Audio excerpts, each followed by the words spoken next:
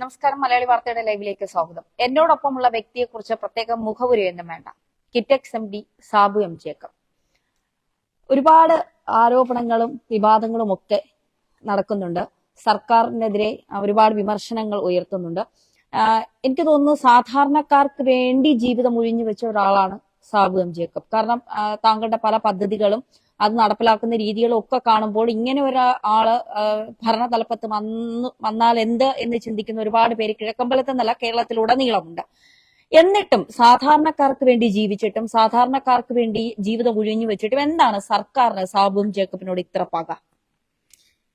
അല്ല, അവരെ സംബന്ധിച്ച് നമ്മുടെ ഭരിക്കുന്നവരായിക്കോട്ടെ പ്രതിപക്ഷമായിക്കോട്ടെ അവരുടെ കാലിനടിയിലെ മണ്ണൊലിച്ചു പോകുന്നു എന്ന് മനസ്സിലാക്കിയതുകൊണ്ടാണ് എന്നെ എതിർക്കുന്നവര്. കാരണം ഇതുവരെ ഇവർ ചെയ്യുന്ന ഈ ഗുണ്ടായിസം, തെമ്മാടിത്തരം, കൊള്ള, ഇതിനെ ചോദ്യം ചെയ്യാൻ ആരും ഉണ്ടായിരുന്നില്ല. അപ്പൊ ഇവര് പരസ്പരം പ്രതിപക്ഷ ഭരണ കക്ഷി വ്യത്യാസമില്ലാതെ പരസ്പരം സഹായിച്ച് പ്രവർത്തിച്ചിരുന്ന പാർട്ടികളാണത്. അപ്പൊ അതിനെതിരായിട്ട് അവർ ചെയ്യുന്ന അനീതിയും അഴിമതിയും അക്രമവും ഒക്കെ ജനസമൂഹത്തിൽ ഞാൻ ചൂണ്ടിക്കാണിക്കാൻ തുടങ്ങിയപ്പോഴാണ് എന്നെ എതിർക്കാനായിട്ട് അവർ തുടങ്ങിയത്. അപ്പോ ഞാന് രംഗത്തേക്ക് വന്നു കഴിഞ്ഞപ്പോ ഇവിടെ ഭരണകക്ഷിയില്ല, പ്രതിപക്ഷമില്ല, എല്ലാവരും ഒറ്റക്കക്ഷിയായി എന്നുള്ളതാണത്. ഞങ്ങൾ 2015 പഞ്ചായത്തിൽ മത്സരിക്കാൻ തീരുമാനിച്ച ഉടനെ തന്നെ ഇവിടുത്തെ LDFും UDFും മറ്റെല്ലാ പാർട്ടിക്കാരും ഒന്നിച്ചു നിന്നാണ് ഞങ്ങളോട് മത്സരിച്ചത്. അപ്പൊ അതുപോലെ തന്നെ ഇപ്പോ അത് സംസ്ഥാന തലത്തിൽ അവരൊറ്റക്കെട്ടായിട്ട് എന്നെ എതിർക്കുന്നു.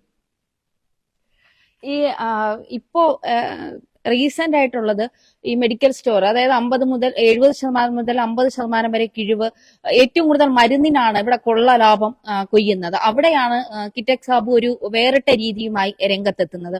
അപ്പോ ഈ ഒരു തിരഞ്ഞെടുപ്പ് കാലത്ത് ജനങ്ങളുടെ കണ്ണിൽ പൊടിയിടാനായി ഇത്തരം കാര്യങ്ങൾ നടത്തുന്നു എന്ന് പറഞ്ഞുകൊണ്ടാണ് താങ്കൾക്കെതിരെ തിരഞ്ഞെടുപ്പ് ചട്ടലംഘനം എന്നൊക്കെ പറഞ്ഞുകൊണ്ട് പരാതിയുമായി പലരും രംഗത്തെത്തുന്നത്. ഈ സാധാരണക്കാർക്ക് വേണ്ടി ഇത്തരത്തിൽ കാര്യങ്ങൾ ചെയ്യുമ്പോൾ ഒരു തടയിടാൻ ശ്രമിക്കുന്നവരോട് എന്താണ് പറയാനുള്ളത്? നമുക്കറിയാം, ഇന്ന് നമ്മളിപ്പോ പലപ്പോഴും ഈ രാഷ്ട്രീയക്കാര് നിലപാടുകൾ വ്യക്തമാക്കി കൊണ്ടിരിക്കുന്ന ആളുകളാണ്. പക്ഷെ ഇവർ ഈ നിലപാടുകൾ വ്യക്തമാക്കല്ലാതെ ഒരിക്കലും ഒരു കാര്യത്തിനും പരിഹാരം കാണാനായിട്ട് ഇവർ ശ്രമിക്കാറില്ല എന്നുള്ളതാണ്. അതിപ്പോ കർഷക സമരമായിക്കോട്ടെ, നമ്മുടെ ഇന്ധന വില വർധനവായിക്കോട്ടെ, പൗരത്വ നിയമമായിക്കോട്ടെ, ഇതെല്ലാം ഓരോരുത്തരും നിലപാട് വ്യക്തമാക്കും. പക്ഷെ ഒരാളും ഇതിന് പരിഹാരം കാണാൻ ശ്രമിക്കാറില്ല. കാരണം ഇവരെ സംബന്ധിച്ച് ഇതൊരു കറവ പശുവാണ്. സ്ഥിരമായിട്ട് ഇങ്ങനെ ഈ വിഷയം നിൽക്കുക, പരിഹാരം കാണരുത്. അപ്പോ അവര് അതിൽ കൂടി എന്താ പറയുന്ന കലക്കവെള്ളത്തില് മീൻ പിടിക്കുന്ന ഒരു പരിപാടിയാണ് ഈ രാഷ്ട്രീയക്കാർ ചെയ്യുന്നത്. നമ്മളെ സംബന്ധിച്ച്, ഇവിടുത്തെ സാധാരണ ജനങ്ങളെ സംബന്ധിച്ച് അവരുടെ പ്രശ്നം ഇതൊന്നുമല്ല. ഈ അന്താരാഷ്ട്ര കാര്യങ്ങളിൽ അമേരിക്കയുടെ കാര്യവും ജപ്പാന്റെ കാര്യവും ഇസ്രായേലിന്റെ കാര്യവും പലസ്തീന്റെ കാര്യവും റഷ്യയുടെ കാര്യവും ഒന്നും അല്ല അവരുടെ പ്രശ്നം. നമ്മുടെ സാധാരണക്കാരുടെ പ്രശ്നം എന്ന് പറയുന്നത് അവരുടെ വിശപ്പാണ്, അവരുടെ ഭക്ഷണമാണ്. അവർ ഓരോ ദിവസവും മുന്നോട്ട് പോകാനായിട്ട് അത്രമാത്രം കഷ്ടപ്പെട്ടാണ്, ദുരിതം അനുഭവിച്ചാണ് മുന്നോട്ട് പോയിക്കൊണ്ടിരിക്കുന്നത്. അപ്പൊ ഞങ്ങള് ഇവരെ മാതിരി നിലപാട് വ്യക്തമാക്കിക്കൊണ്ടിരിക്കുകയല്ല ചെയ്യുന്നത്. അവരുടെ അടിസ്ഥാന പ്രശ്നങ്ങൾ പരിഹരിക്കുക, അതിന്റെ ആദ്യ ഭാഗമായിട്ടാണ് ഞങ്ങൾ ഈ ഭക്ഷ്യസുരക്ഷാ മാർക്കറ്റ്, ഇന്ത്യയിലെ തന്നെ എന്നല്ല ലോകത്തിലെ തന്നെ ആദ്യത്തെ ഒരു സംഭവമാണത്. കാരണം ജനങ്ങളുടെ ഏറ്റവും വലിയൊരു പ്രശ്നമാണ് അവന് 3 നേരം ഭക്ഷണം വയറ് നിറച്ച് കഴിക്കാനായിട്ട് ആരെങ്കിലും കൊടുക്കുക. അത് ഒരു രാഷ്ട്രീയ പാർട്ടിക്കാരും കേരളത്തിലല്ല, ഇന്ത്യയിലല്ല, ലോകത്തിൽ ഒരു സ്ഥലത്തും അതിന് ശ്രമിച്ചിട്ടില്ല. കാരണം അവർ ശ്രമിക്കാത്തതിന്റെ ഒരു പ്രധാന കാരണം എന്ന് പറയുന്നത് മനുഷ്യരുടെ ദാരിദ്ര്യമാണ് രാഷ്ട്രീയക്കാരുടെ നിലനിൽപ്പ്. അപ്പൊ ഒരിക്കലും മനുഷ്യർ രക്ഷപ്പെടാൻ പാടില്ല. അവൻ ദാരിദ്ര്യത്തിൽ നിന്ന് ദാരിദ്ര്യത്തിലേക്ക് പോകണം, അവൻ ഭക്ഷണമില്ലാതെ കഷ്ടപ്പെടണം. അപ്പോഴാണ് വാലാട്ടി ഈ രാഷ്ട്രീയക്കാരുടെ പുറകില് സമരം ചെയ്യാനും കൊടി പിടിക്കാനും മുദ്രാവാക്യം വിളിക്കാനും ഒക്കെ ഇവർ പോയിക്കൊണ്ടിരിക്കുന്നത്. അപ്പോ അതുകൊണ്ടാണ് ഇവരാരും ശ്രമിക്കാത്തത്. പക്ഷെ എന്നെ സംബന്ധിച്ച് അവരുടെ പ്രശ്നങ്ങൾ പരിഹരിക്കുക. അപ്പൊ ഞങ്ങൾ ആദ്യമായിട്ട് ചെയ്ത എന്താണ്, ഭക്ഷ്യസുരക്ഷ നടപ്പിലാക്കി 50% വരെ വില കുറച്ച് എല്ലാവർക്കും 3 നേരം സുഭിക്ഷമായിട്ട് വയറ് നിറച്ച് ഭക്ഷണം കഴിക്കാവുന്ന സാഹചര്യം ഉണ്ടാക്കി. അപ്പോൾ അതിനെ തുടർന്നാണ് ഞങ്ങൾ ഈ മെഡിക്കൽ സ്റ്റോറിന്റെ കാര്യം ചിന്തിച്ചത്. കാരണം ഇന്ന് ഒരു വീട്ടില് ഏറ്റവും ചുരുങ്ങിയത് 1000 രൂപ എങ്കിലും മരുന്നിന് മുടക്കാത്ത ഒരു വീടും ഉണ്ടാവില്ല. അത് മുതൽ 10,000 രൂപ 15,000 രൂപ വരെ മുടക്കുന്ന ആളുകളുണ്ട്. പ്രത്യേകിച്ച് ക്യാൻസർ രോഗികൾ, അല്ലെങ്കിൽ ഡയാലിസിസ് നേരിടുന്ന രോഗികൾ, ഹൃദയ സംബന്ധമായിട്ടുള്ള ആളുകൾ. പിന്നെ നമുക്കറിയാലോ, ഷുഗറും BP-യും കൊളസ്ട്രോളും ഒക്കെ നമ്മുടെ ജീവിതത്തിന്റെ ഭാഗമായി കഴിഞ്ഞിരിക്കുന്നു. അപ്പൊ എല്ലാ ആളുകളും ഏതെങ്കിലും കുടുംബത്തിലും മരുന്ന് 1000 രൂപയുടെയെങ്കിലും മേടിക്കാത്ത ഉണ്ടാവില്ല. പല കുടുംബങ്ങളും നിലം പരിശാകുന്നത് ഈ മരുന്ന് വാങ്ങി അല്ലെങ്കിൽ ചികിത്സയ്ക്ക് വേണ്ടിയിട്ട് പണം മുടക്കിയാണ്. അപ്പൊ അതിനൊരു പരിഹാരം കാണുക എന്നുള്ള ഒരു ഇതിലാണ് ഞങ്ങൾ മെഡിക്കൽ സ്റ്റോർ. കാരണം ഇതില് ഈ ഒരു മാഫിയ, രാഷ്ട്രീയ മെഡിക്കൽ മാഫിയ എന്ന് പറയും, ഇവരെല്ലാവരും ഇതിന്റെ വീതം പറ്റുന്നുണ്ട്. അപ്പൊ ഈ മരുന്നുകൾ ആരും ശ്രദ്ധിക്കാറില്ല. നമ്മൾ നിത്യോപക സാധനങ്ങളുടെ വില കയറുന്നത് നമ്മൾ ശ്രദ്ധിക്കും. മരുന്നുകൾക്ക് നമുക്ക് ഒരിക്കലും അങ്ങനെ വില ആർക്കും അറിയാൻ പറ്റില്ല. കാരണം ഒരാൾ കഴിക്കുന്ന മരുന്നല്ല വേറൊരാൾ കഴിക്കുന്നത്. അപ്പൊ ആരും ആ വില ഇങ്ങനെ എല്ലാ വർഷവും കൂട്ടിക്കൊണ്ടിരിക്കുക. അപ്പൊ ഭീമമായിട്ടുള്ള തുക ഓരോരുത്തർക്കും വന്നുകൊണ്ടിരിക്കുന്നു. അപ്പൊ അതിനൊരു പരിഹാരം കാണാൻ വേണ്ടിയിട്ടാണ് ഞങ്ങൾ ശ്രമിച്ചത് ഈ മെഡിക്കൽ സ്റ്റോർ തുടങ്ങാനായിട്ട്. അങ്ങനെ മെഡിക്കൽ സ്റ്റോർ തുടങ്ങിയെന്ന് പറയുമ്പോൾ 80% വരെയാണ് ഞങ്ങൾ വില കുറച്ച് കൊടുക്കുന്നത്. ഏറ്റവും കുറഞ്ഞത് 50%. ചില മരുന്നുകൾക്കെല്ലാം, പ്രത്യേകിച്ച് ക്യാൻസർ അങ്ങനെയുള്ള പ്രധാനപ്പെട്ട കാര്യങ്ങൾ അല്ലെങ്കിൽ അങ്ങനെയുള്ളവർക്കൊക്കെ 80%. ഇനിയിപ്പോൾ അതിന് പോലും നിവൃത്തിയില്ലാത്തവർക്ക് സൗജന്യമായിട്ട് കൊടുക്കാൻ ഞങ്ങൾ തീരുമാനിച്ചിരിക്കുന്നത്. അപ്പോൾ അങ്ങനെ ഒരു തീരുമാനമെടുത്തത് ഇതിപ്പോ തെരഞ്ഞെടുപ്പുമായിട്ട് ഇത് ഈ തെരഞ്ഞെടുപ്പിന് മാസങ്ങൾക്ക് മുമ്പേ ഇതിന്റെ പ്രവർത്തനം ഞങ്ങൾ ആലോചിച്ചു. ഞങ്ങൾ 1 വർഷം മുമ്പ് തീരുമാനമെടുത്ത് അതിന്റെ ലൈസൻസ് ഞങ്ങൾക്ക് ഈ ഇലക്ഷനൊക്കെ ഡിക്ലെയർ ചെയ്യുന്നതിന് 1 മാസം മുമ്പേ ലൈസൻസ് കിട്ടി. പഞ്ചായത്തിന്റെ ലൈസൻസ് കിട്ടി, മെഡിക്കൽ സ്റ്റോറിന്റെ പ്രവർത്തിക്കാനായുള്ള ലൈസൻസ് കിട്ടി. പക്ഷെ അതിന്റെ പ്രവർത്തനം ആരംഭിച്ച അതിന് ശേഷമാണെന്ന് മാത്രമേ ഉള്ളൂ. സാധാരണ രീതിയിൽ ഇനിയിപ്പോ ഗവൺമെന്റ് പദ്ധതികളായിക്കോട്ടെ, പഞ്ചായത്തിന്റെ പദ്ധതികളായിക്കോട്ടെ, അതായത് തീരുമാനമെടുത്ത് പദ്ധതികൾ, ഇപ്പൊ റോഡിന്റെ പണി, അത് അവിടെ അതിന് ഫണ്ട് അനുവദിച്ച് അതിന് തീരുമാനമെടുത്താണെങ്കിൽ അതിന്റെ ടെൻഡർ നടപടികളും അതിന്റെ തുടർ നടപടികളും ഒന്നും ഇലക്ഷനുമായിട്ട് യാതൊരു ബന്ധവുമില്ല.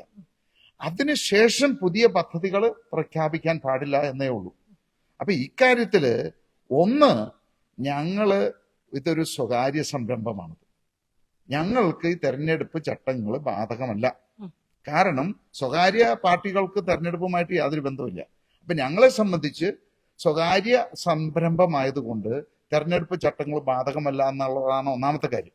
രണ്ടാമത്തെ കാര്യം, ഇനി ഞങ്ങളിത് മാസങ്ങൾക്ക് 1 വർഷം മുമ്പേ ഇതിന്റെ പ്രവർത്തനം, ഇതിന്റെ ഷെഡും അതിന്റെ ലൈസൻസും ഒക്കെ മേടിച്ചു.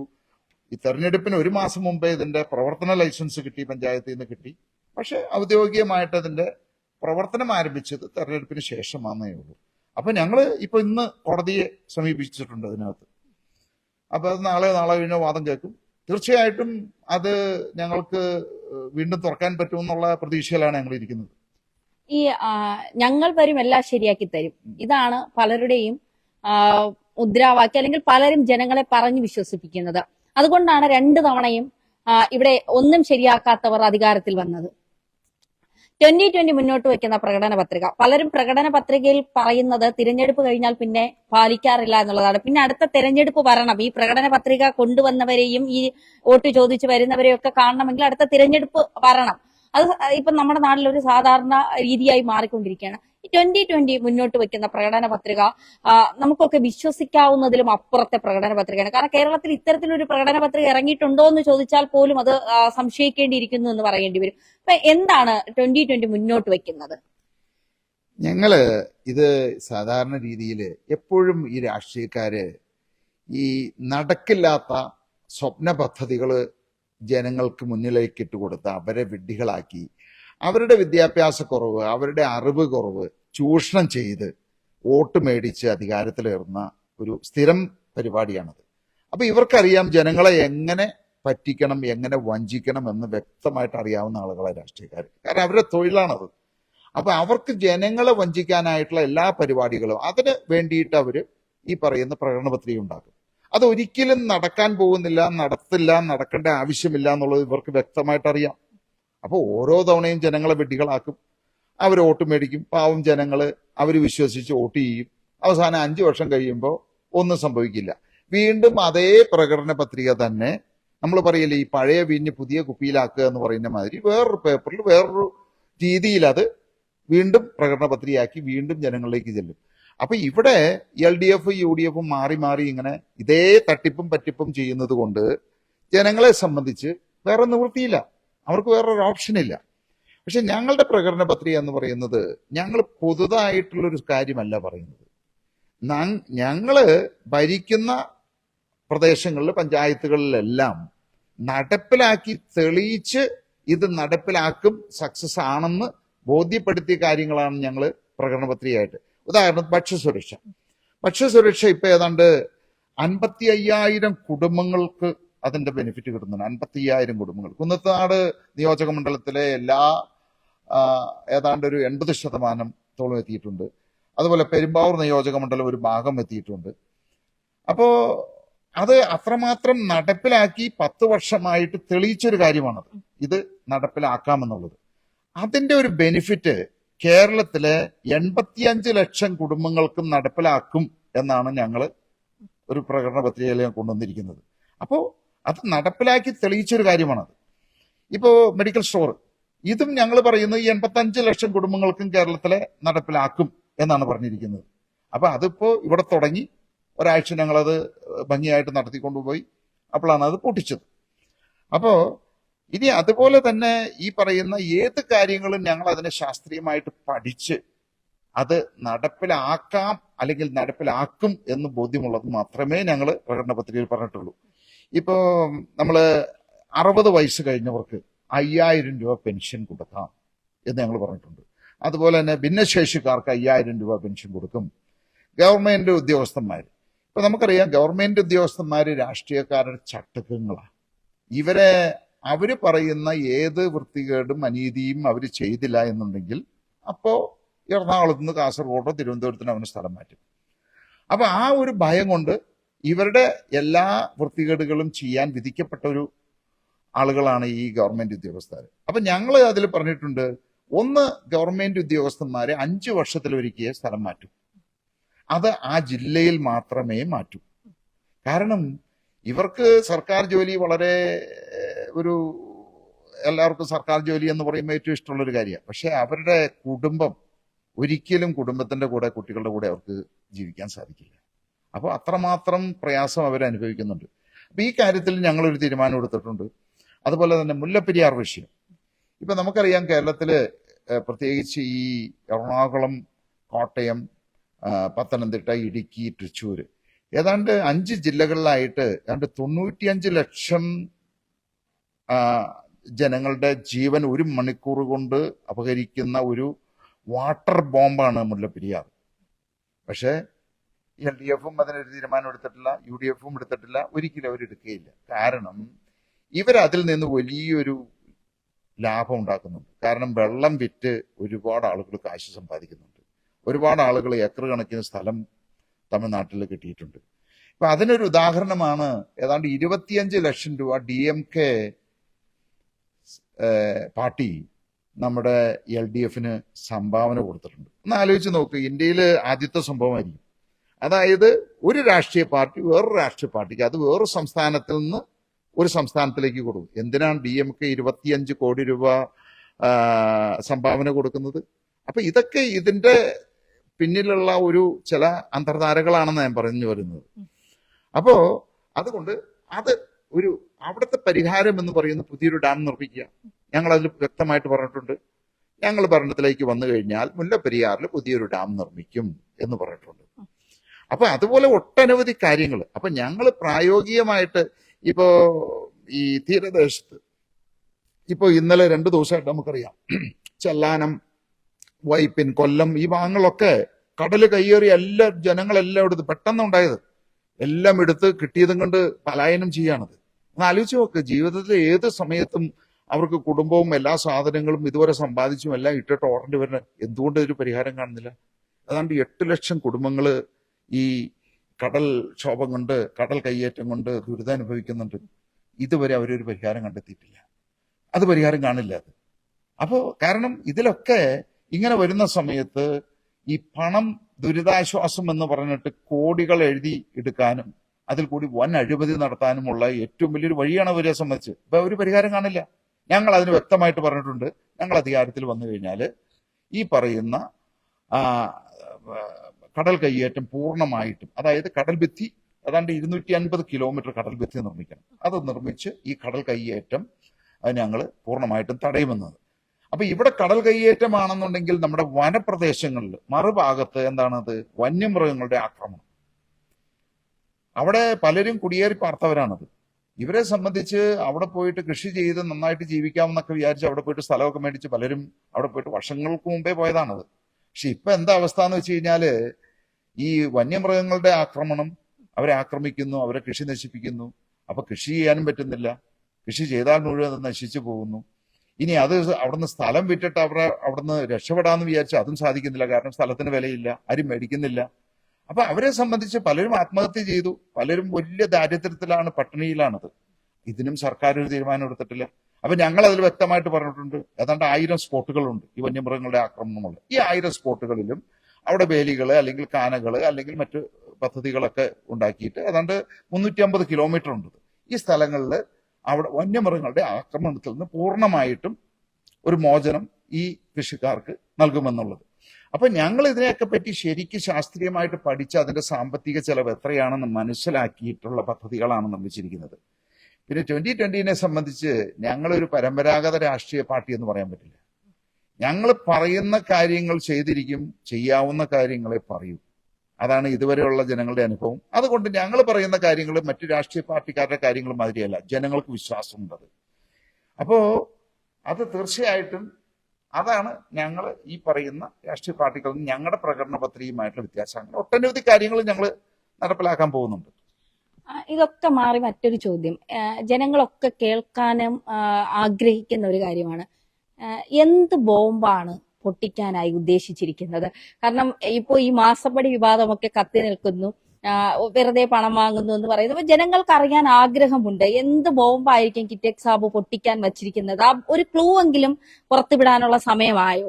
ഇതിലെ ഞാൻ പറഞ്ഞല്ലോ, ഇന്നത്തെ ജനങ്ങളുടെ പ്രശ്നം ഈ പറയുന്ന മാസപ്പടി വിവാദമോ അല്ലെങ്കിൽ ഞാൻ കിറ്റെക്സ് സാബുവിന്റെ അടുത്തുള്ള ബോംബോ അല്ലെങ്കിൽ അങ്ങനെയുള്ള കാര്യങ്ങളൊന്നും അല്ല. ഇതിനെ സംബന്ധിച്ച് ഒട്ടനവധി കാര്യങ്ങൾ രാഷ്ട്രീയക്കാർ ചർച്ചയ്ക്ക് എടുക്കുന്നുണ്ട്, മാധ്യമങ്ങൾ അത് ചർച്ചയ്ക്ക് എടുക്കുന്നുണ്ട്. ഇപ്പൊ ഞാൻ ഇങ്ങനെ ഒരു കാര്യം പറഞ്ഞു കഴിഞ്ഞാലും ഒരാഴ്ച മാധ്യമങ്ങൾക്ക് ആഘോഷിക്കാം, അല്ലാതെ ഇതിന് ഒരു പ്രയോജനം ഉണ്ടാകാൻ പോകുന്നില്ല.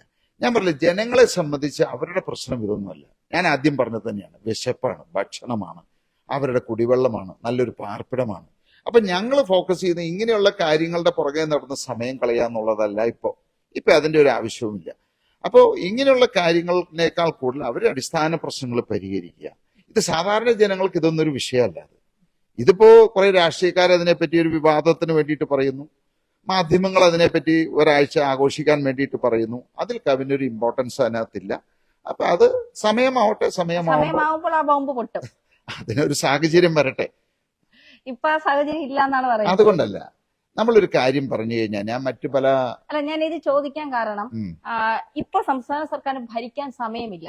ഇപ്പൊ ക്ഷേമ പെൻഷൻ കൊടുക്കാൻ പറ്റുന്നില്ല, റേഷൻ കടകളിൽ ഇന്നലത്തോടു കൂടി അരി വിതരണം മുടങ്ങി, അതും കാലാവധി കഴിഞ്ഞു, ശമ്പളം കൊടുക്കാൻ പറ്റുന്നില്ല. ഇതൊന്നും ശ്രദ്ധിക്കാൻ സമയമില്ല. കാരണം ഭരിക്കുന്ന ഭരണത്തലവൻ, ക്യാപ്റ്റൻ എന്ന് പറയുന്ന ആള് പുള്ളിയുടെ മകളെ രക്ഷിക്കാനും, നമ്മുടെ മുഖ്യമന്ത്രി എന്ന് പറയുന്ന ആള് കുടുംബം രക്ഷിക്കാനും മകളെ രക്ഷിക്കാനും ഒക്കെ ഉള്ള നെട്ടോട്ടത്തിലാണ്. ഇതിനിടയിൽ ഭരിക്കാൻ സമയം കിട്ടുന്നില്ല. സാധാരണക്കാരന്റെ ദുഃഖങ്ങളും വേദനകളും ഒന്നും മനസ്സിലാക്കാനുള്ള സമയം അദ്ദേഹത്തിനില്ല. ആ ഒരു സമയം മൊത്തം അദ്ദേഹം ഉപയോഗിക്കുന്നത് കുടുംബത്തിന് വേണ്ടിയാണ്. മകളെ എങ്ങനെ ഈ ഏജൻസികളുടെ കയ്യിൽ നിന്ന് രക്ഷപ്പെടുത്താം, ജയിലിലേക്ക് വിടാതെ എങ്ങനെ ഇരിക്കാം എന്നുള്ളതിന്റെ ചിന്തയിൽ മാത്രമാണ് അദ്ദേഹം. അപ്പൊ അതിനിടയ്ക്ക് സാധാരണ വോട്ടിട്ട് ജയിപ്പിച്ച ജനങ്ങളുടെ കാര്യങ്ങളൊന്നും അദ്ദേഹത്തിന് അറിയേണ്ട ആവശ്യകതയില്ല. ഈ സമയത്താണ് അതിലും വലിയ ബോംബ് എന്റെ കയ്യിലുണ്ട് എന്ന് പറഞ്ഞുകൊണ്ട് കിറ്റെക്സ് സാബു രംഗത്തെത്തുന്നത്. ഇപ്പൊ സ്വാഭാവികമായിട്ടും ഇതിലും വലിയ, മാസപ്പടിയേക്കാൾ വലിയ ബോംബ് എന്താണ് എന്നുള്ളത് അറിയാൻ, കാരണം ഈ പറയും പോലെ പട്ടിണി കൊണ്ട് ജനങ്ങൾ നട്ടം തിരിയുമ്പോൾ കിട്ടുന്ന ഏക ആശ്വാസമാണ് ഈ സർക്കാരിനെതിരെ എന്തെങ്കിലും കിട്ടിയാൽ അത്രയും ആശ്വാസം എന്നുള്ളത്. ഇപ്പൊ ഈ മകളുടെ കാര്യം മാത്രമല്ല, ഇപ്പൊ ഇവരുടെ ശ്രദ്ധ മുഴുവൻ അവര് നടത്തുന്ന അഴിമതി, മകള് അല്ലെങ്കിൽ ആ കുടുംബം നടത്തുന്ന അഴിമതികള്, അതിനേക്കാൾ ഉപരി ഈ പാർട്ടി പ്രവർത്തകർ നടത്തുന്ന കൊലപാതകങ്ങള്, അവരുടെ അക്രമങ്ങള്, ഇതിനൊക്കെ വേണ്ടിയിട്ട് സുപ്രീം കോടതിയിലും അല്ലെങ്കിൽ CBI അന്വേഷണം, ഇപ്പൊ തന്നെ നമ്മുടെ സിദ്ധാർത്ഥന്റെ മരണം, അതിനു വേണ്ടിയിട്ട് എത്രയോ കോടികളാ. അപ്പോ മുഖ്യമന്ത്രി പ്രഖ്യാപിക്കുകയാണ് ഇത് CBIക്ക് കൊടുക്കും. പക്ഷെ അതിനുള്ള ഒരു നടപടി എടുത്തിട്ടില്ല. ഇപ്പൊ അവരവിടെ പോയിട്ട് നിരാഹാരം കിടക്കുന്നു, എന്തെല്ലാം സംഭവങ്ങൾ നടക്കുന്നു. അപ്പൊ ഇതിനൊക്കെ എന്നിട്ട് സുപ്രീം കോടതി പോയിട്ട് ഏറ്റവും ഉയർന്ന വക്കീലന്മാരെ വെച്ചിട്ട് കോടികളാണ് ജനങ്ങളുടെ നികുതി പണം കൊണ്ട്, അതായത് ഇവര് ചെയ്യുന്ന അക്രമവും കൊലപാതകവും കള്ളത്തരവും കൊള്ളയും മറച്ചു വെക്കാൻ വേണ്ടിയിട്ട് മുടക്കിക്കൊണ്ടിരിക്കുന്നത്. അപ്പൊ ഒരു വശത്ത് ജനങ്ങൾ മുഴുവൻ ദുരിതം അനുഭവിക്കുന്നു, പട്ടിണി കിടക്കുന്നു, റേഷൻകടയിൽ സാധനമില്ല, സപ്ലൈകോയിൽ സാധനമില്ല, മാവേലി സ്റ്റോറിൽ സാധനമില്ല, അരിയില്ല, ഒരു സാധനമില്ല, പെൻഷൻ കിട്ടുന്നില്ല, ശമ്പളം കിട്ടുന്നില്ല. ഈവൻ ലൈഫിന്റെ വീട് പദ്ധതികൾക്ക് പഞ്ചായത്തുകളിട്ട് ഒരു പദ്ധതി ഒരു കോൺട്രാക്ടർമാരും കോൺട്രാക്ട് എടുക്കുന്നില്ല, അവർക്ക് പണം കൊടുത്തിട്ടില്ല. അപ്പൊ അത്രയും വലിയ സാമ്പത്തിക പ്രതിസന്ധികളെ പോകുമ്പോഴും ഇങ്ങനെയുള്ള കാര്യങ്ങൾക്ക് വേണ്ടിയിട്ട് കേസ് നടത്താനും അവരുടെ ആർഭാടത്തിന് വേണ്ടിയിട്ടും നവകേരള സദസ്സ് പോലെയുള്ള കാര്യങ്ങളും ഒക്കെ നടത്തി പരസ്യത്തിന് വേണ്ടിയിട്ട് കോടികളാണ് ഈ ഖജനാവിൽ നിന്ന് ചെലവാക്കിക്കൊണ്ടിരിക്കുന്നത്. ഇപ്പൊ ഞാൻ പറഞ്ഞു വരുന്നത്, ഇപ്പോ ഞാനൊരു കാര്യം പറഞ്ഞു കഴിഞ്ഞാൽ, ഇപ്പൊ നമുക്കറിയാം ഈ മാസപ്പടി വിവാദം തന്നെ ഏതാണ്ട് 2 മാസമായി. എല്ലാവരും വിചാരിച്ചു ഇപ്പോ വീണയെ അറസ്റ്റ് ചെയ്യുന്നു. ഒന്നും സംഭവിച്ചില്ല. ഇപ്പൊ അതിനെപ്പറ്റി ആരും സംസാരിക്കുന്ന പോലുമില്ല. അന്വേഷണം നടക്കുന്നു. പെട്ടെന്ന് കർണാടക ഹൈക്കോടതിയിൽ കേസ് വരുന്നു, എറണാകുളത്ത് കേരള ഹൈക്കോടതിയിൽ കേസ് വരുന്നു. ഇതൊക്കെ സംഭവിച്ചു. പക്ഷെ അതിനുശേഷം ആ വിഷയം വിട്ടുപോകും. ആ വിഷയം ഇപ്പൊ മാധ്യമങ്ങളും വിട്ടു, അന്വേഷണ ഉദ്യോഗസ്ഥന്മാരും വിട്ടു. അതുകൊണ്ട് തന്നെയാണ് ഞാൻ പറയുന്നത്, ഇതെല്ലാം കള്ളനും പോലീസും കളിയാണ്. ഇവിടെ ഒരു രാഷ്ട്രീയ പാർട്ടിക്കാരുടെ പേരിലും ആരും പരസ്പരം അങ്ങോട്ടും ഇങ്ങോട്ടും ഒരു കേസോ അല്ലെങ്കിൽ ഒരു നടപടിയോ ഉണ്ടാവില്ല. ഇതെല്ലാം ജനങ്ങളുടെ കണ്ണിൽ പൊടിയിടാനായിട്ടുള്ള ചില വിദ്യകളും കുറെ പരസ്യവും കുറെ അന്വേഷണങ്ങളൊക്കെ നടത്തും. അവസാനം ഒരാളും ശിക്ഷിക്കപ്പെടില്ല, ഒരന്വേഷണം നടപ്പില്ല, ആരുടെ പേരിൽ ഒരു നടപടി എടുക്കില്ല. അപ്പോ നമ്മുടെ രാഷ്ട്രീയ സംവിധാനം അങ്ങനെയാണ്. ഇപ്പൊ ഞാനിത് ഇങ്ങനെ ഒരു കാര്യം പറഞ്ഞു കഴിഞ്ഞാലും ഇതിലൊരു നടപടി ഉണ്ടാവാൻ പോകുന്നില്ല. ഇപ്പൊ മാസപ്പടി വിവാദത്തിൽ എന്ത് നടപടി ഉണ്ടായത്? നടപടി ഉണ്ടാവോ? ഉണ്ടാവില്ല. അതുണ്ടാവട്ടെ. ഇപ്പൊ കിടക്കുന്ന തെളിവുകൾ വെച്ച് തന്നെ ഇവരെയൊക്കെ അകത്താക്കാനായിട്ടുള്ള ഇഷ്ടംപോലെ സംഭവങ്ങളുണ്ട്. മുഖ്യമന്ത്രിയുടെ പേരിലേക്ക് വരും, അല്ലെങ്കിൽ വീണയുടെ പേരിലേക്ക് വരും. ആ കുടുംബത്തിനെ മൊത്തത്തിൽ പിടിച്ച് അകത്തിടാനായിട്ടുള്ള സംഭവങ്ങൾ ഇപ്പൊ തന്നെ ഉണ്ടത്. എന്താ നടപടി വരാത്തത്? അങ്ങനെ ഉണ്ടാവും തോന്നുന്നുണ്ടോ? ഇപ്പൊ നമ്മുടെ ലാവ്ലിൻ കേസ്, അദ്ദേഹത്തിന്റെ ജീവിതകാലത്ത് ആ കേസ് അന്വേഷണം അല്ലെങ്കിൽ അത് വിചാരണ നടക്കും തോന്നുന്നുണ്ടോ? അല്ലെങ്കിൽ കോടതി അതിനെ വിധി പറയുമെന്ന് വിചാരിക്കുന്നുണ്ടോ? അപ്പൊ ഇത് തന്നെയാണ് നമ്മുടെ പ്രശ്നങ്ങൾ. അപ്പൊ നമ്മള് ഫലമില്ലാത്ത അല്ലെങ്കിൽ ഒരു പ്രയോജനമില്ലാത്ത കാര്യങ്ങൾ വിളിച്ചു പറഞ്ഞുകൊണ്ട് ഒരാൾക്കൊരു ഗുണം ഉണ്ടാകാൻ പോകുന്നില്ല. ആ സമയം കൊണ്ട് പാവപ്പെട്ടവന് ഈ പറഞ്ഞ വഴി എന്തെങ്കിലും മരുന്ന് കൊടുക്കാനോ അല്ലെങ്കിൽ ഭക്ഷണം കൊടുക്കാനോ ഉള്ള കാര്യങ്ങളൊക്കെ നമ്മൾ ചെയ്തു കഴിഞ്ഞാൽ അത്യാവശ്യം അവർ പട്ടിണിയില്ലാതെ മരുന്ന് മേടിച്ച് ചികിത്സ കിട്ടി അവര് അത്യാവശ്യം നമുക്ക് അതെങ്കിലും ചെയ്യാൻ സാധിക്കും. ഇതിന്റെ പുറകെ നടന്നുകൊണ്ട് സാധാരണക്കാർക്കോ പാവപ്പെട്ടവർക്കോ ഒരു പ്രയോജനം കിട്ടാൻ പോകുന്നില്ല. അതുകൊണ്ട് തന്നെയാണ് ഇപ്പൊ അതിന് സമയമായിട്ടില്ല എന്ന് ഞാൻ പറയുന്നു. സമയമാകുമ്പോ തീർച്ചയായും വരട്ടെ, അങ്ങനെ ഒരു സാഹചര്യം വരട്ടെ, അപ്പൊ നമുക്ക് അതിനെപ്പറ്റി ആലോചിക്കാം. ലാസ്റ്റ് 2 ചോദ്യം ഒരുമിച്ച് ചോദിച്ച് തീർക്കാം. എന്താണ് സാബു എം ജേക്കബിനോട് പിണറായി സർക്കാരിന് ഇത്ര വിരോധം? രണ്ടാമത്തെ ചോദ്യം, ഈ പാർട്ടി ഫണ്ട് ഇടതുപക്ഷത്തിനും കൊടുത്തിട്ടുണ്ട് എന്ന് പറയുന്നു, എന്നിട്ടാണ് അവർ എന്നോട് ഇത്തരത്തിൽ ചതി കാണിച്ചതെന്നും പറയുന്നു. ഈ പാർട്ടി ഫണ്ട് എന്ത് കാര്യങ്ങൾക്ക് വേണ്ടിയാണ് സംസ്ഥാന സർക്കാരിന് നൽകിയത്? അല്ല, ഇതിനകത്ത് ഇവരെല്ലാം എതിർക്കുന്ന എന്റെ രാഷ്ട്രീയത്തെ, എന്റെ രാഷ്ട്രീയത്തിലേക്കുള്ള ഇടപെടലാണ്, വരവാണത്. ഞാനിപ്പോ ഒരു രാഷ്ട്രീയത്തിലേക്ക് ഇടപെട്ടില്ല എന്ന് വിചാരിക്കുക. ഞാനിപ്പോ 15 പഞ്ചായത്തിൽ മത്സരിച്ചു.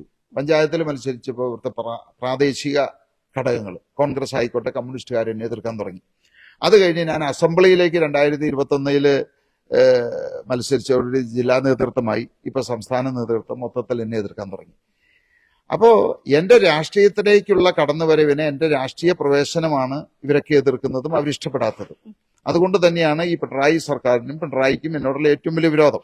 2021 ഞാൻ അസംബ്ലിയിലേക്ക് മത്സരിക്കാൻ തീരുമാനിച്ചത് കൊണ്ടാണ് ഞങ്ങൾ തമ്മിലുള്ള ആ ബന്ധം അവിടെ വേർപെട്ടതും അതിനുശേഷം ഞങ്ങൾ തമ്മിൽ ഒരു കമ്മ്യൂണിക്കേഷൻ ഇല്ലാതെയായതും. അപ്പൊ അത് വ്യക്തമാണല്ലോ.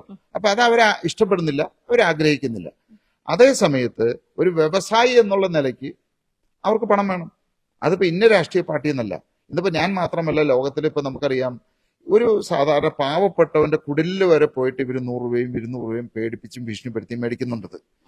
കടക്കാരുടെ കയ്യിൽ നിന്ന് മേടിക്കുന്നുണ്ട്, പെട്ടിക്കടക്കാരെ നമ്മൾ എന്തെല്ലാം സ്ഥലത്ത് നമ്മൾ കണ്ടിട്ടുണ്ട്. വെറും തട്ടുകടക്കാരെ പേടിപ്പിച്ച് ഭീഷണിപ്പെടുത്തി ഇവർ 500ഉം 1000ഉം മേടിക്കുന്ന സംഭവങ്ങൾ ഉണ്ടായിട്ടുണ്ട്. അപ്പൊ രാഷ്ട്രീയക്കാര് എന്ന് പറയുന്നത് ഇതുപോലെ തന്നെ പിരിവ് മേടിച്ച് ആണ് അവരുടെ ജീവിതമാർഗം. അവർ സമ്പാദിക്കുന്നതും എല്ലാം അതിൽ നിന്ന് തന്നെയാണത്. അപ്പൊ തീർച്ചയായിട്ടും ഇന്ന് കേരളത്തിൽ നിന്നല്ല, ഇന്ത്യയിൽ ഒരു കച്ചവടക്കാരനായിക്കോട്ടെ, വ്യവസായി ആയിക്കോട്ടെ, രാഷ്ട്രീയക്കാർക്ക് പിരിവ് കൊടുക്കാത്ത ഒറ്റ ആളും ഉണ്ടാവില്ല. ഇപ്പൊ ഞാൻ 30 ലക്ഷം രൂപ വ്യവസായി എന്നുള്ള നിലയ്ക്ക് ഞാനല്ല അത് കൊടുത്തത്. കാരണം എന്റെ സഹോദരൻ നടത്തുന്ന അവരുടെ വ്യവസായങ്ങളിൽ നിന്നാണ് കൊടുത്തത്. ഞാൻ അതിന് മറുപടി പറഞ്ഞു തന്നേ ഉള്ളൂ. എന്റെ ഫാക്ടറികളിൽ നിന്നല്ല കൊടുത്തത്. അപ്പോ അത് കോൺഗ്രസിനും കൊടുത്തിട്ടുണ്ട്, BJPക്കും കൊടുത്തിട്ടുണ്ട്. ഇപ്പോഴും ചില പാർട്ടിക്കാർ ചോദിക്കുന്നുണ്ട്, ഞാനിപ്പോൾ അത് വെളിപ്പെടുത്താൻ പറ്റും. ഇന്നിപ്പോൾ രാവിലെ എനിക്കൊരു കോൾ വന്നു, ഇത് ഈ പറയുന്ന പിരിവുമായിട്ട് ബന്ധപ്പെട്ട്, ഇലക്ഷൻ പിരിവുമായിട്ട്. അപ്പോൾ എന്നോട് അവർ പിരിവ് ചോദിക്കുന്ന വ്യവസായി എന്നുള്ള നിലയ്ക്കാണ്. അപ്പൊ ആ നിലയ്ക്ക് നമ്മൾ ഇത് കൊടുക്കുന്നു. അതിന് അവർക്കൊരു മടിയുമില്ല ആ കാര്യത്തിന്. എന്നാൽ അവർ വിചാരിക്കണ്ടേ, നമ്മൾ ഒരു സ്ഥലത്ത് എതിർക്കുന്നു, ഒരു സ്ഥലത്ത് പിരിവ് മേടിക്കുന്നു, അത് മേടിക്കരുത് എന്ന് അവർ വിചാരിക്കണ്ടേ? അത് അവർ ചെയ്യുന്നില്ല. എതിർക്കുന്നവര് തന്നെയാണ് ചോദിക്കുന്നത്. പണം കിട്ടിയാൽ ആർക്കെങ്കിലും കഴിക്കുമോ? അപ്പൊ അവര് പണം കിട്ടിയാൽ മേടിക്കും. നമ്മളെ സംബന്ധിച്ച് ഇന്നോ ഇന്നലെ തുടങ്ങിയതല്ല. ഞങ്ങളുടെ വ്യവസായങ്ങൾ എന്ന് തുടങ്ങിയ അന്ന് മുതൽ ഇവർക്കൊക്കെ പിരിവ് കൊടുക്കുന്നുണ്ട്. നമ്മൾ സാമുദായിക സംഘടനകൾക്ക് കൊടുക്കുന്നുണ്ട്, അതുപോലെ തന്നെ മറ്റ് മതസംഘടനകൾക്ക് കൊടുക്കുന്നുണ്ട്. ആരെയും വെറുതെ ഞങ്ങൾ വിടാറില്ല. അപ്പൊ അവർ ചോദിക്കും. ആരും ഭീഷണിപ്പെടുത്തി, അങ്ങനെ ഒരു കാലമൊക്കെ ഉണ്ടായിരുന്നു, ഭീഷണിപ്പെടുത്തി മേടിച്ചിരുന്ന ഒരു കാലമൊക്കെ ഉണ്ടായിരുന്നു. ഞങ്ങൾ വളർന്ന് ആ നിലയൊക്കെ മാറിക്കഴിഞ്ഞ് കഴിഞ്ഞപ്പോൾ എല്ലാവരും ചോദിക്കും. ചിലപ്പോൾ കുറച്ച് കൂടുതലായിട്ട് ചോദിക്കും, അത് പറ്റില്ല എന്ന് പറയും. അപ്പോൾ ആരെയും ഭയന്നിട്ടല്ല ഞങ്ങൾ കൊടുക്കുന്നത്, പക്ഷെ മറ്റുള്ളവരിൽ നിന്നൊക്കെ മേടിക്കുന്നത് അങ്ങനെ തന്നെയാണ്. അത് അവരുടെ ആ പാർട്ടിയോടുള്ള വിശ്വാസം കൊണ്ടോ അല്ലെങ്കിൽ അവർ ഇഷ്ടപ്പെട്ടുകൊണ്ടൊന്നും അല്ല. പക്ഷെ അവർ പലരും അത് കൊടുക്കുന്ന എന്തെങ്കിലും ആവട്ടെ എന്ന് വിചാരിച്ച് അങ്ങനെ കൊടുത്തു പോകുന്നു എന്നേ ഉള്ളൂ. ലാസ്റ്റ് ആയിട്ട് ഇനി ചോദ്യം ഉണ്ടാവില്ല. ഒരുപാട് വീക്ഷണവും ഒരുപാട് പദ്ധതികളും ഒരുപാട് നല്ല കാര്യങ്ങളും ചെയ്യണം എന്ന് ആഗ്രഹിക്കുന്ന ഒരാളാണ്. 2020 മാറ്റി നിർത്തിയിട്ട് നമുക്ക് സംസാരിക്കാം. കിറ്റെക്സ് സാബു എന്ന വ്യക്തി ഒരുപാട്, കാരണം താങ്കളുടെ ഒരു ജീവിത രീതി നമ്മൾക്ക് പരിശോധിച്ചാൽ തന്നെ മനസ്സിലാവും. ഒരുപാട് നല്ല കാര്യങ്ങൾ സാധാരണക്കാർക്ക് വേണ്ടി, ഒരു സാധാരണക്കാരന്റെ ഇടയിൽ നിന്ന് വളർന്നു വന്നതുകൊണ്ടായിരിക്കാം സാധാരണക്കാരന്റെ വേദനകൾ പെട്ടെന്ന് മനസ്സിലാക്കാൻ സാധിക്കുന്ന ഒരാളാണെന്ന് തോന്നിയിട്ടുണ്ട്. ഇനി ഈ 2 തവണ അധികാരത്തിലേറിയ സർക്കാർ ഇനിയും അധികാരത്തിൽ വരും എന്ന് ഒരു വ്യവസായി എന്ന രീതിയിൽ താങ്കൾക്ക് തോന്നുന്നുണ്ട്? രാഷ്ട്രീയക്കാരൻ എന്നല്ല, ഒരു രാഷ്ട്രീയ പാർട്ടിയുടെ തലപ്പത്തിരിക്കുന്ന ഒരു വ്യക്തി എന്നുള്ള രീതിയിലല്ല, ഒരു സാധാരണക്കാരുടെ ഇടയിൽ നിന്ന് വന്ന ഒരു വ്യവസായി എന്ന നിലയിൽ താങ്കൾക്ക് തോന്നുന്നുണ്ടോ? ഞാൻ ആദ്യം ചോദിച്ചതിന്, ഞാനിപ്പോ വലിയൊരു വ്യവസായിയെ എന്നെ ജനങ്ങൾ അറിയുന്നു എന്നുള്ളത്. പക്ഷെ ഞങ്ങളുടെ പഴയ ചരിത്രം എന്ന് പറയുന്നത് തീരെ പാവപ്പെട്ട സാധാരണ ഒരു കുടുംബത്തിൽ, കൃഷിക്കാരായിട്ടുള്ള ഒരു കുടുംബത്തിൽ വളർന്ന് 10 ജോലിക്കാരെ കണ്ട് ഒരു കൊല്ലന്റെ ആലയില് മണ്ണ് വെച്ചുള്ള ചൂളയില് പാത്രം ഉണ്ടാക്കി, കൈലുകൾ ഉണ്ടാക്കി തുടങ്ങിയ വ്യവസായ 10-50 വർഷം കൊണ്ട് ദൈവം അനുഗ്രഹിച്ച് ഞങ്ങൾക്ക് ഈ സാമ്പത്തിക രീതിയിൽ വലിയ ഉയർന്നു വരാൻ സാധിച്ചു. ഞങ്ങളുടെ ബിസിനസ്സുകൾ ഉയർന്നു. അപ്പോ എൻ്റെ പിതാവായിക്കോട്ടെ അല്ലെങ്കിൽ എൻ്റെ ഗ്രാൻഡ് പേരൻസ് ആയിക്കോട്ടെ, അവരൊക്കെ എന്ന് പറഞ്ഞു കഴിഞ്ഞാൽ ദാനകർമ്മങ്ങളിൽ കൂടി മാത്രം ജീവിച്ച ആളുകളാണത്. അപ്പോൾ എൻ്റെ പിതാവ് തന്നെ ഈ വ്യവസായത്തിട്ട് ഇറങ്ങാനായിട്ടുണ്ടായ ഒരു സാഹചര്യം തന്നെ ലാഭമുണ്ടാക്കുക. എല്ലാവരും വ്യവസായം തുടങ്ങി ലാഭം ഉണ്ടാക്കാൻ വേണ്ടിയിട്ടാണ്. പക്ഷെ എൻ്റെ പിതാവ് വ്യവസായം തുടങ്ങിയത് ലാഭം ഉണ്ടാക്കാൻ വേണ്ടിയിട്ടല്ല. ഈ നാട്ടിലെ ചെറുപ്പക്കാരായിട്ടുള്ള യുവതി യുവാക്കൾക്ക് തൊഴിൽ കൊടുക്കണം എന്നുള്ളൊരു ചിന്തയിലാണ്, അല്ല ലാഭം ഉണ്ടാക്കുക എന്നുള്ള. ഇന്നും അതേ പാത തന്നെയാണ് ഞങ്ങൾ തുടരുന്നത്. അപ്പൊ ഞങ്ങളുടെ വ്യവസായങ്ങൾ നല്ല രീതിയിൽ വളർന്നു, അതുകൊണ്ട് കാശുണ്ടായി. അപ്പോൾ എൻ്റെ പിതാവ് എപ്പോഴും പറയായിരുന്നു, കാരണം നമ്മൾ വളരുന്നതിനോടൊപ്പം തന്നെ 2 കാര്യങ്ങളാണ്. ഒന്ന്, നമ്മുടെ സ്ഥാപനങ്ങൾ വളരുമ്പോൾ അതോടൊപ്പം ഈ ചുറ്റുപാടുകളും വളരണമെന്ന്. രണ്ടാമത്തെ കാര്യം, നമ്മൾ 3 നേരം ഭക്ഷണം കഴിക്കുമ്പോൾ നമ്മുടെ അയൽവക്കത്തുള്ള ആളുകളും ചുറ്റുപാടുള്ള ആളുകളും 3 നേരം ഭക്ഷണം കഴിക്കുന്നുണ്ട് എന്ന് ഉറപ്പുവരുത്തണം എന്നുള്ളത്. ആ ഒരു പാതയിൽ പോകുന്നു. പിന്നെ ഇതൊക്കെ എന്ന് പറയുന്നത് നമുക്ക് ആർക്കും ഒന്നും നമുക്ക് മുകളിലിട്ട് കൊണ്ടുപോകാൻ പറ്റില്ല. നമ്മൾ അലക്സാണ്ടർ ചക്രവർത്തിയുടെ കഥ തന്നെ കേട്ടിട്ടുണ്ട്. ഇത്രയും ലോകം മുഴുവൻ കീഴടക്കി, ലോകം മുഴുവൻ വെട്ടിപ്പിടിച്ച അവസാനം അദ്ദേഹത്തിന് 2 കൈയും ശൂന്യമായിട്ട് മഞ്ചത്തിൽ നിന്ന് പുറത്തേക്കിട്ടാണ് അദ്ദേഹം ഈ ലോകത്തിൽ നിന്ന് യാത്ര പറഞ്ഞത്. അപ്പൊ ഇതൊക്കെ നമ്മൾ മനസ്സിലാക്കേണ്ടതായിട്ടുണ്ട്. നമുക്കൊന്നും കൊണ്ടുപോകാൻ സാധിക്കില്ല. അപ്പൊ നമ്മളിവിടെ ജീവിച്ചിരിക്കുന്ന സമയത്ത് നമ്മളോടൊപ്പം തന്നെ ഈ പറയുന്ന നമ്മളുടെ ചുറ്റുപാടുമുള്ള അല്ലെങ്കിൽ മറ്റുള്ള സഹജീവികളും എല്ലാവരും ഒരുപോലെ അല്ലെങ്കിൽ നമുക്ക് ആകുന്ന രീതിയിൽ സഹായിക്കണം എന്നുള്ള ഉദ്ദേശം കൊണ്ടാണ് ഞങ്ങളത് പാത പിന്തുടരുന്നത്. അപ്പോൾ അതിന് ഏറ്റവും എളുപ്പമുള്ള ഒരു വഴി എന്നുള്ളതാണ് രാഷ്ട്രീയമായിട്ട് ഞാൻ ഇടപെട്ടത്. കാരണം ഒരു വ്യവസായി എന്നുള്ള നിലയ്ക്ക് ഞങ്ങൾക്ക് ചെയ്യുന്ന പരിമിതികളുണ്ട്.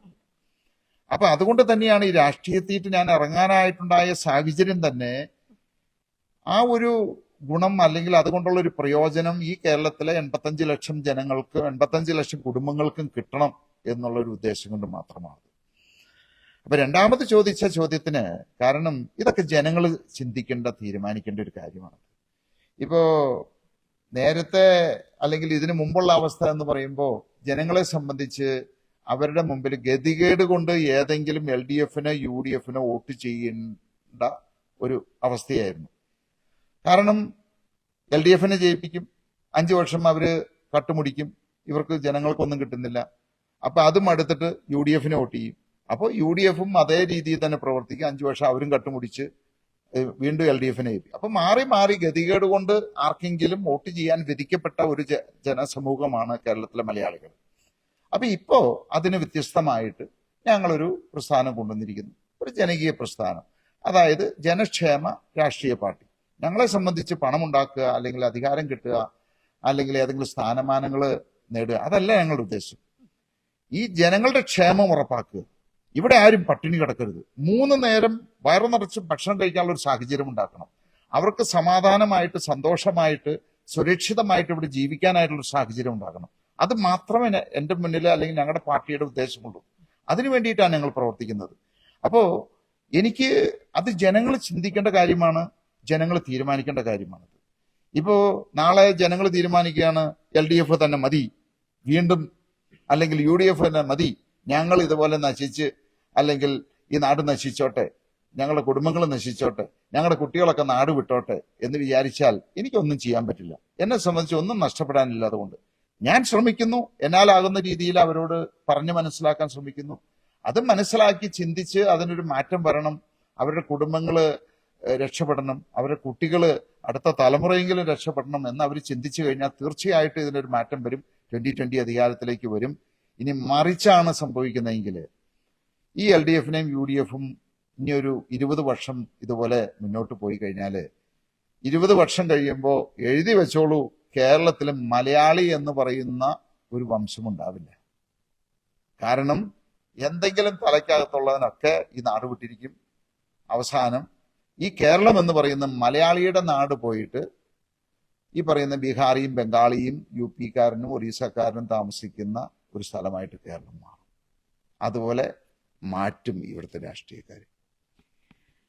തീർച്ചയായിട്ടും മലയാളി വാർത്തയെ സംബന്ധിച്ചിടത്തോളം ഞങ്ങൾ നിഷ്പക്ഷത മുന്നോട്ട് വെക്കുന്ന ഒരു മാധ്യമമാണ്. പക്ഷേ ഈ ഒരു അവസരത്തിൽ പ്രേക്ഷകരോട് എനിക്ക് പറയാനുള്ളത്, സാധാരണക്കാർക്ക് വേണ്ടി ഒരു പാർട്ടി രംഗത്ത് വന്നാൽ അത് സാധാരണക്കാരന്റെ വിശപ്പ് മനസ്സിലാക്കുന്ന, അവന്റെ വിഷമം മനസ്സിലാക്കുന്ന, അവനോടൊപ്പം ചേർന്ന് നിൽക്കുന്ന ഒരു പാർട്ടി രംഗപ്രവേശനം ചെയ്താൽ എന്തുകൊണ്ടൊന്ന് മാറ്റി ചിന്തിച്ചുകൂടാ എന്ന് നമ്മളൊക്കെ ചിന്തിക്കേണ്ട സമയം അതിക്രമിച്ചിരിക്കുന്നു എന്നുള്ളതാണ്. കാരണം 2 പാർട്ടികളെ മാറി മാറി നമ്മളൊക്കെ അനുഭവിച്ചതാണ് അവരുടെ ഭരണം കൊണ്ട്. അപ്പോ ഇനി മൂന്നാമതൊരാൾക്ക് കൊടുത്തു നോക്കാം, കേരളത്തിൽ മാറ്റങ്ങൾ സംഭവിക്കുമോ, മലയാളികൾക്ക് നാട് വിടേണ്ടി വരുമോ എന്നൊക്കെയുള്ളത് നമുക്കൊന്ന് പരീക്ഷിച്ചു നോക്കാം എന്നെങ്കിലും വിചാരിച്ചുകൊണ്ട് സാധാരണക്കാരുടെ ഉന്നമനത്തിന് വേണ്ടി പ്രവർത്തിക്കുന്ന ഒരു പാർട്ടി കൂടിയാണ് 2020. അത് അവർ തെളിയിച്ചിട്ടാണ് അവർ മുന്നോട്ട് വെക്കുന്നത് പല കാര്യങ്ങളും. എന്തായാലും ജനങ്ങൾക്ക് നന്മ ചെയ്യുന്നവർ എപ്പോഴും വിജയിക്കട്ടെ എന്ന് മാത്രമേ ഞങ്ങൾക്ക് പറയാനുള്ളൂ. ക്യാമറാമാൻ രാജീവ് ആയാപ്രഭനോടൊപ്പം മലയാളി വാർത്തയ്ക്ക് വേണ്ടി ധന്യാശേഖരൻ.